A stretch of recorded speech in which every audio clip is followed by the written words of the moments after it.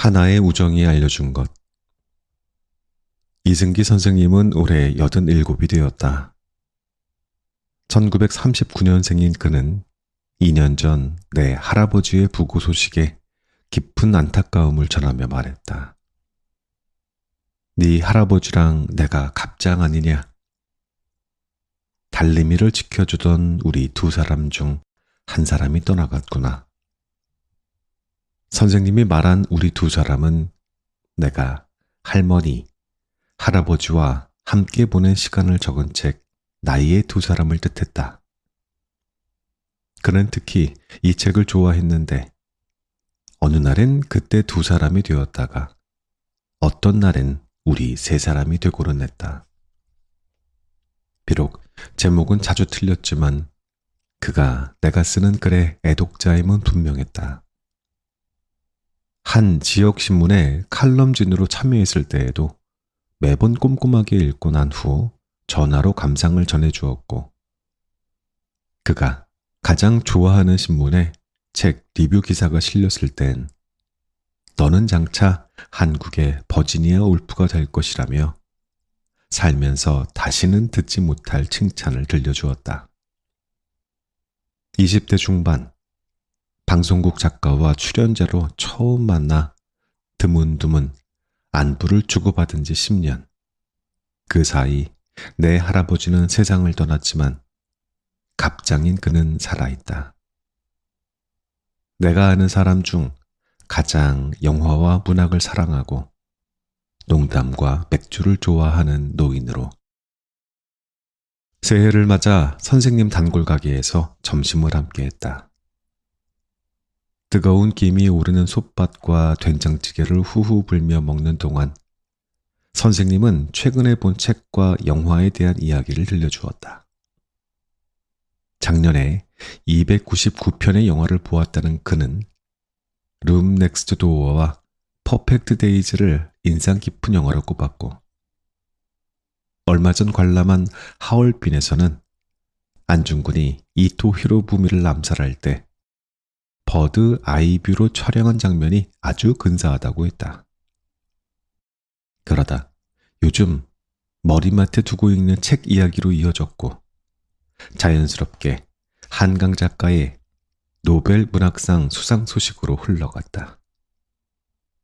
15년 전 그가 서점에서 사 읽었다는 채식주의자 소감과 함께 노벨상 수상 뉴스를 보고 나서 나도 한강 작가 이야기를 하고 싶은데 할 사람이 없는 거야. 친구들을 만나면 정치인 누구를 땅에 묻어야 한다, 뭐 이딴 말만 하지. 한강을 아느냐고 물으면 다들 서울에 있는 강인 줄로만 알아. 그래도 너를 만나니까 내가 이런 이야기를 할 수 있네. 너를 만나니까 할 수 있는 이야기. 선생님의 마지막 말에 조금 전까지 우리가 나눈 대화를 헤아려 보았다. 퍼펙트 데이즈, 룸 넥스트 도어, 존 오브 인터레스트, 작은 아씨들, 에밀리 브론테, 버지니아 울프, 박완서, 김현수, 한강, 톨스토이까지. 한 사람과 문학과 영화를 주제로 이토록 다양한 이야기를 나눈 적이 있을까 생각하면 드문 일이었다. 그것도 지루하지 않게. 내가 모르는 많은 것들에 놀라면서 말이다. 너를 만나니까 할 수 있는 이야기. 이 말은 내가 친구들에게 자주 하는 고백이기도 했다. 너에게는 부끄러움을 잊게 하게 되는 이야기가 있어. 너와 함께 있을 때에만 사소해지지 않는 이야기가 있어. 나의 우정은 언제나 이러한 이야기 속에 태어나고 깊어졌다. 뒤늦게 나는 궁금해졌다. 그동안 나는 왜 선생님과 나눈 마음을 우정이라고 여기지 않았을까? 우리는 왜 친구가 될 수 없다고 생각했을까? 때로는 내가 친구로 부르는 이들보다 더 많은 이야기를 나누기도 했는데, 할아버지 장례를 치른 후 그가 소포로 보내준 책 선물을 받고서는 내 삶에 당신이 있다라는 사실에 위로를 받기도 했는데, 오래된 미색 재킷을 입고 기분 좋게 빈 잔에 맥주를 따르는 내 늙은 친구를 바라보았다. 선생님과 나의 관계가 우정이라는 이름으로 새롭게 재편되는 순간이었다. 1월의 정오, 식당을 나서 선생님과 나란히 골목길을 걸었다. 못 본 사이 부쩍 헬쑥해진 두 볼과 커다란 귀에 꽂힌 보청기가 눈에 들어왔다. 작년에는 보청기의 도움 없이도 대화를 나눌 수 있었는데 언제부터 청력이 약해지신 걸까? 조금 전 소란스러운 식당 안에서 내가 건넨 말을 선생님이 한 번에 알아듣지 못했을 때 얼굴 위로 짧게 스치던 실망감이 떠올랐다. 그럼에도 그는 여전히 농담과 유머만은 잃지 않아서 카페로 향하는 짧은 시간에도 여러 번 크게 웃을 수 있었고, 덕분에 우리가 이 우정을 얼마나 함께할 수 있을지 기대를 걸어보게 되었다. 그리고 카페에 마주 앉아 뜨거운 커피 2잔을 손에 쥐었을 때 선생님은 최근에 자신을 사로잡은 하나의 이야기를 들려주었다. 얼마 전에 친한 친구 하나가 세상을 떠났어. 그제야 내 나이가 불쑥 실감이 났지. 그러니까 이 이야기는 하나의 우정이 시작되는 순간에 듣게 된 죽음에 대한 이야기이다. 그 친구와는 중학생 때부터 70년 세월을 친구로 지냈지. 나이는 나보다 몇 살 아래야. 내가 돈이 없어서 학교에 늦게 들어갔거든. 둘이서 축이 참 잘 맞았어. 같이 있으면 나이 차이가 무슨 대수냐 싶었지. 졸업하고 나서 지금까지 동창들 14명이 개모임을 했는데 그 친구가 머리가 좋아서 총무를 맡았어. 덕분에 철마다 좋은 데에서 맛있는 것도 많이 먹었지. 통장에 남아있던 돈은 전부 그 친구 장례 비용에 보탰다. 어차피 이젠 친구들도 4-5명뿐이 안 남았거든. 이 나이에 장례가 처음도 아닌데 가까운 친구가 가버리니까 느낌이 달라. 한동안 죽음이란 게 뭘까? 삶이란 게 뭘까? 눈 감으면 모든 게 끝났다라는 게 허무하고 우울한 기분이 들었지. 그제야 내 나이가 불쑥 실감이 난 거야. 87이면 앞으로 몇 년을 더 살 수 있을까? 3년은 남았을까? 마치 텔레비에서 산분장이 합법화됐다는 뉴스가 나왔지. 잘된 일이다 싶었어. 죽고 나서 자리 차지하는 게 무슨 의미가 있을까? 내가 평생 끼고 산 바다에 뿌려질 수 있다면 그게 더 좋은 거지. 얼마 전에는 43년을 해온 주례일을 관뒀어. 돈벌이는 영 재주가 없는 내가 배골치 않고 살게 해준 고마운 일이지. 꽤 부리는 일 없이 참 열심히 했어. 예식장이 호황일 때에는 하루에 5쌍, 6쌍도 주례를 받지.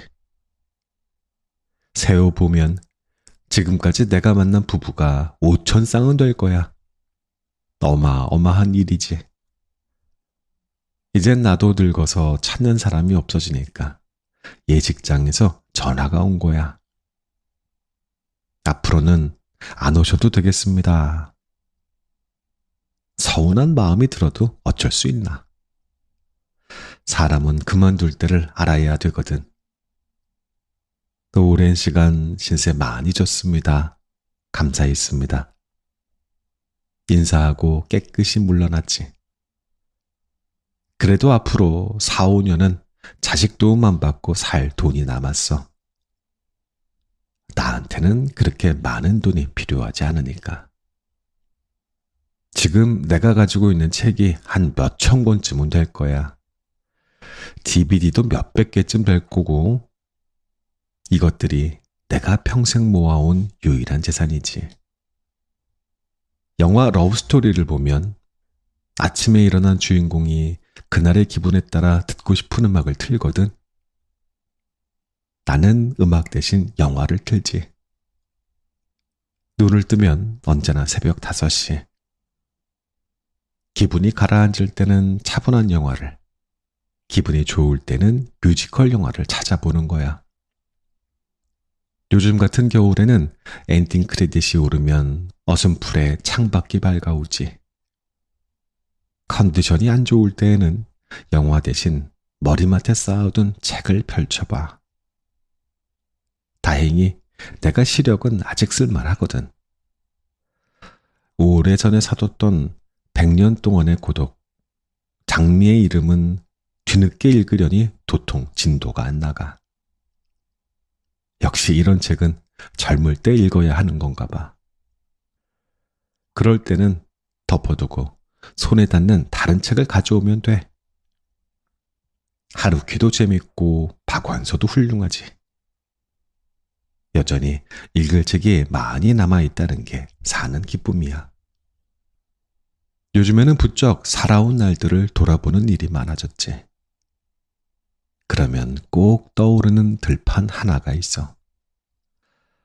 40년 전이야. 고등학교 친구하고 뒷산을 올랐는데 정상에 서고 보니 눈앞에 널따란 들판이 펼쳐져 있었지. 늦가을이었어. 텅 빈 들판 한가운데 누군가 볏짚을 태우는지 연기가 피어오르고 있었고, 해질녘의 본 풍경이 왜 그리 쓸쓸하게 느껴지던지. 말없이 그 연기를 바라보는데 오래전에 읽은 안톤 슈낙의 글이 떠오른 거야. 우리를 슬프게 하는 것들이라며 그가 적어 내려간 것들. 울고 있는 아이를 볼 때, 오랫동안 사랑하는 이의 편지가 오지 않을 때, 무성한 나뭇가지 위에 하얀 눈송이가 내려앉을 때, 추수가 끝난 텅 빈 들판을 볼 때, 그가 말한 대로 추수가 끝난 들판은 정말로 나를 슬프게 만들었지. 이 슬픔을 어떻게 알아챘을까? 안톤 슈낙은 참 대단한 작가구나 감탄을 하는데 친구가 나를 나무라는 말투로 말했어. 승기야, 네 지금 무슨 말을 하노? 이 땅을 잘 봐라. 여기가 곧 구획 정리가 들어간단다. 나는 여기에다 여관을 세울 기다. 그러고는 진짜로 여관을 지어서 3년 만에 아주 큰 돈을 벌었지. 마산에 한창 수출 자유지역이 들어설 때였거든. 덕분에 친구는 지금도 남부럽지 않은 부자로 살아. 나와는 비교가 안 되는 삶이지. 그때 나는 생각을 했던 거야. 사람 인생은 이렇게 달라지는 거구나. 들판을 보고 문학을 떠올리는 사람은 가난하게 버스를 타고 여관을 떠올리는 사람은 자가용을 타는구나. 이렇게 사는 게 결국 내 인생이었던 거지. 누구를 원망할 것도 아쉬워할 필요도 없는 거야. 다들 자기 삶을 자기대로 사는 것뿐 아니겠냐. 어떤 이는 나보고 청승 맞다고 하지. 세상에 남길 거라고는 허언 책과 DVD뿐인 내 삶이 실패한 것처럼 보일지도 몰라. 그런데 정말 그럴까? 내 삶은 실패한 삶일까? 하루는 부자 친구가 나에게 물었어. 승기야, 너는 무얼 하길래 매일 그렇게 재미있게 사느냐고. 요즘에는 시간이 너무한가 큰일이라고. 세상 여기저기에서 나를 찾는 젊은 날에는 하루가 쏜살같이 지나가지. 그러다 나이가 들면 하루가 너무 길어 한 세월 같아. 그러니 늙을수록 마음 쏟을 일이 필요해. 좋아하는 일에 시간을 쓰는 법을 배워야 해. 그래야 시간이 내 편이 돼. 그게 얼마나 중요한지 먼 후일에 너도 알게 될 거다. 다행히 지금 나에게는 매일 할 일이 있어. 다시 보고 싶은 영화도, 끝까지 읽어야 할 책도 넉넉하게 있지. 내 몸은 여기 있지만 내 영혼은 국경을 넘어 아주 먼 곳까지 다녀와. 하루는 도스토예프스키가 있는 러시아로, 다음 날은 빔 벤더스 감독이 있는 독일로, 때로는 내가 죽은 이후의 시간까지 내 삶은 아주 넓게 펼쳐져 있어. 선생님은 덧붙여 말했다. 요즘엔 부쩍 눈을 감으면 모든 것이 끝난다는 사실이 두렵게 느껴지지만, 그럼에도 자신을 더 강렬하게 사로잡는 것은 언제나 죽음이 아니라 삶이라고. 눈을 뜨면 시작되는 하루에 마음을 다해 감사하며 사는 일이 자신.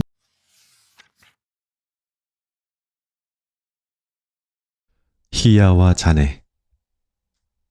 51년생 옥수는 48년생 홍자를 희야라고 부른다. 홍자의 이름이 희자로 끝나는 것도 아닌데 옥수는 왜 홍자를 희야라고 부를까?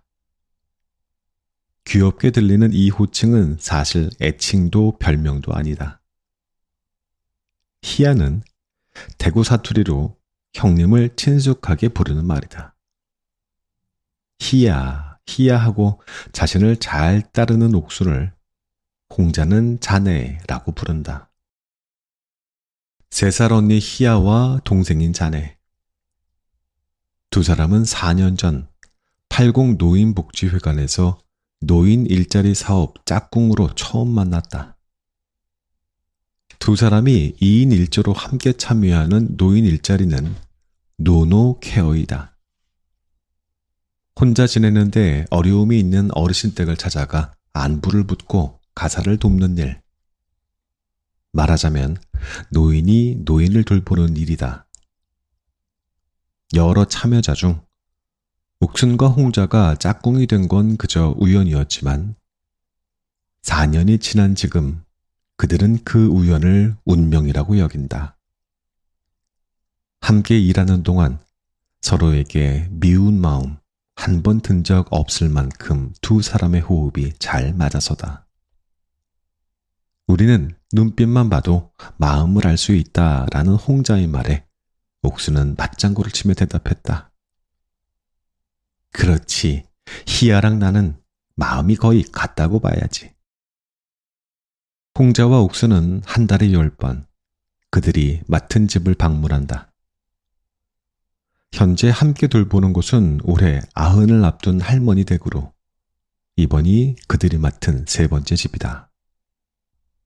방문하는 날이면 둘은 미리 약속한 장소에서 만나 짧은 거리라도 꼭 같이 걸어간다. 대개 성격이 급한 홍자가 먼저 도착해 있으면 몇 분 후 저만치에서 희야 하고 다가오는 옥순의 모습이 보인다. 한 번도 말한 적은 없지만 홍자는 그런 옥순을 보며 종종 귀엽다고 생각했다. 나중에야 홍자의 마음을 들은 옥수는 평생 귀엽다는 말은 처음이라며 손사래를 쳤다. 나이 70 먹은 노인네가 뭐 귀여운 데가 있겠느냐고.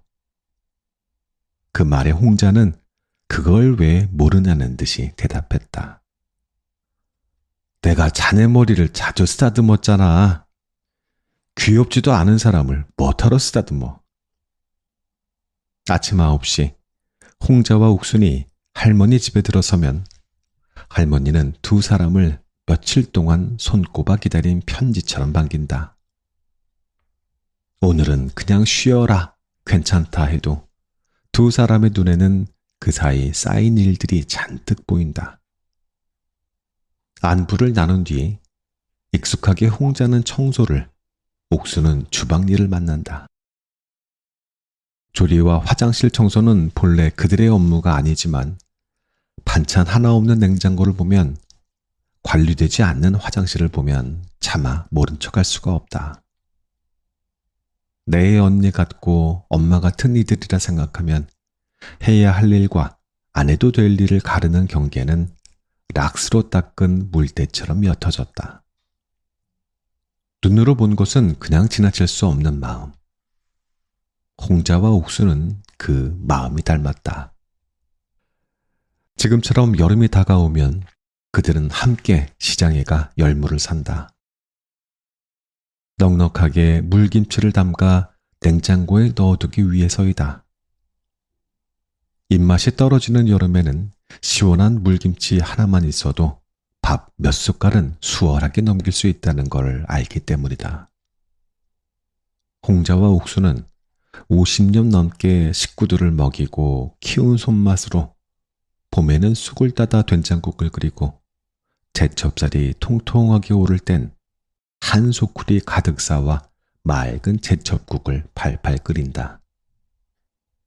두 사람이 머무는 동안에는 끼니를 제대로 챙겨 먹지 못하던 할머니의 주방에도 고소하고 짭짤한 냄새가 퍼진다. 그런 날엔 집을 나서는 홍자와 옥순의 옷에도 같은 냄새가 밴다. 두 사람이 할머니의 끼니를 더욱 신경 쓰게 된 데에는 지난 겨울의 일이 한몫했다. 노인 일자리는 그해 2월부터 12월 초까지 운영되어 한 달 남짓 돌봄에 공백이 생긴다. 다시 근무가 시작되던 2월, 설 음식을 챙겨 집으로 찾아갔더니 그 사이 할머니 몸이 앙상하게 말라 있었다. 텅 빈 냉장고를 보았을 때 탄식이 절로 나왔다.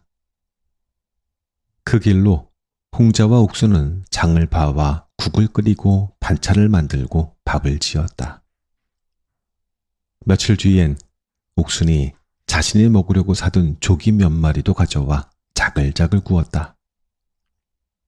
보름쯤 지나자 할머니의 두 볼에 통통하게 살이 올랐다. 그 모습을 보며 홍자와 옥수는 생각했다. 혼자만 잘 살면 무슨 재미인가. 이런 게 사람 사는 맛이지. 두 사람이 같은 마음으로 하는 일 중에는 이런 것도 있다. 할머니들은 낡은 소미불을 좀처럼 버리지 못한다.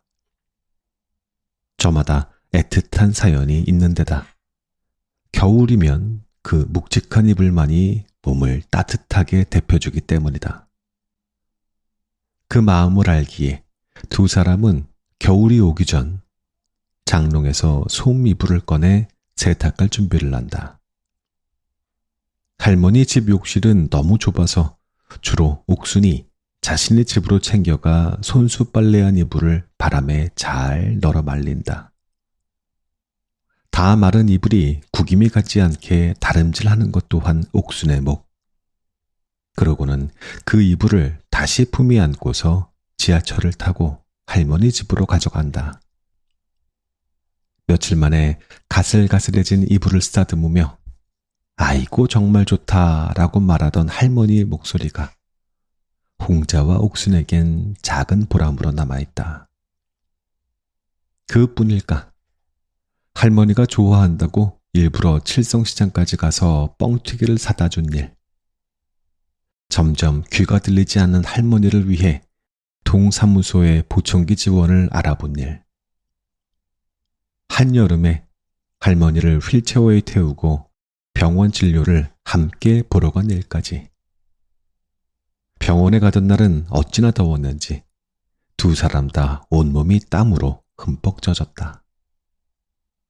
그래도 옆에서 으쌰으쌰 하는 옥순이 있어 힘든 줄 모르고 웃어넘길 수 있었다고 홍자는 회상했다. 그러한 수고와 고생을 마다하지 않는 두 사람에게 할머니가 고맙다며 먹을 것을 건네면 그들은 절대 입에 대지 않는다고 했다. 자신들이 먹지 않으면 할머니가 그만큼 더 드실 수 있을 테니까. 아무리 더운 날에도 함부로 선풍기를 틀지 않고 물새가 더 나올까 싶어 할머니 집에서는 소변도 보지 않는 것 또한 두 사람이 정한 철칙 중 하나이다.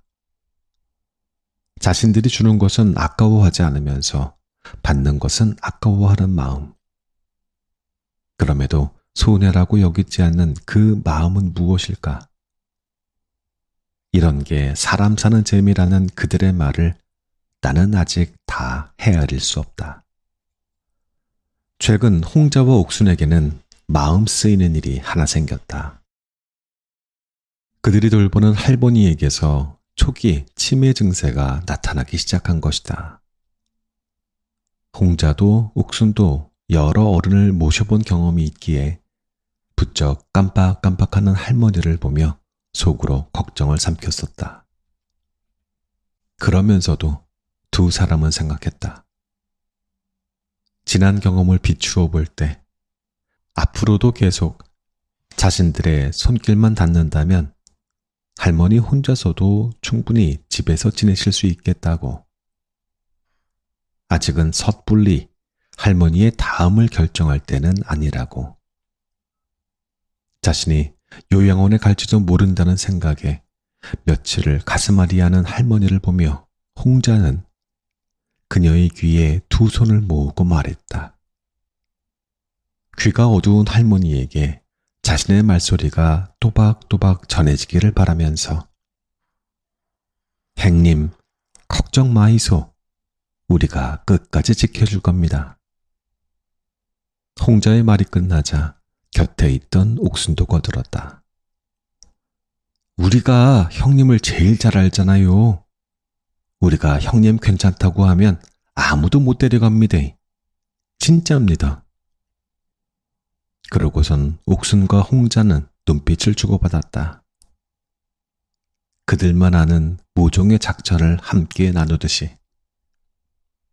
홍자와 옥순이 일을 마치고 집을 나서면 할머니는 꼭 그들을 따라 나선다. 문 앞에 서서 나도 너희들과 같이 가면 좋겠다라고 말한다. 그 말이 옷에 밴 열무 냄새처럼 마음에 남는다. 그래서 홍자는 날이 더 더워지기 전에 할머니를 모시고 금호각이 흐르는 동천 유원지에 가볼 생각이다. 북새에 바라보는 강변이 얼마나 아름다운지 보여주고 싶어서다. 북새라는 말 오늘 처음 들어봤어요. 해가 완전히 저물기 전 뉘엿뉘엿 어두워지는 때 있죠. 노을빛이 하늘을 붉게 물들이고 사람들이 하나둘 집으로 돌아갈 때 여기서는 그 시간을 북새라고 그래요. 나 시집 왔을 때 어머님이 알려준 말인데 그때는 옛날 말이 그렇게 듣기 싫더니 요즘에는 정겨워서 좋아요. 북새의 강변 하늘을 바라보면은요. 누가 저렇게 세상을 아름답게 칠해놨을까 싶어요. 북새. 낯선 표현이지만 누구에게나 매일 다가오는 시간. 언젠가 나에게도 북새에 지는 노을을 가만히 멈춰서서 바라보던 날이 있었다. 어느 여름 저녁 혼자 천변을 걷다 집으로 돌아가는 길이었다.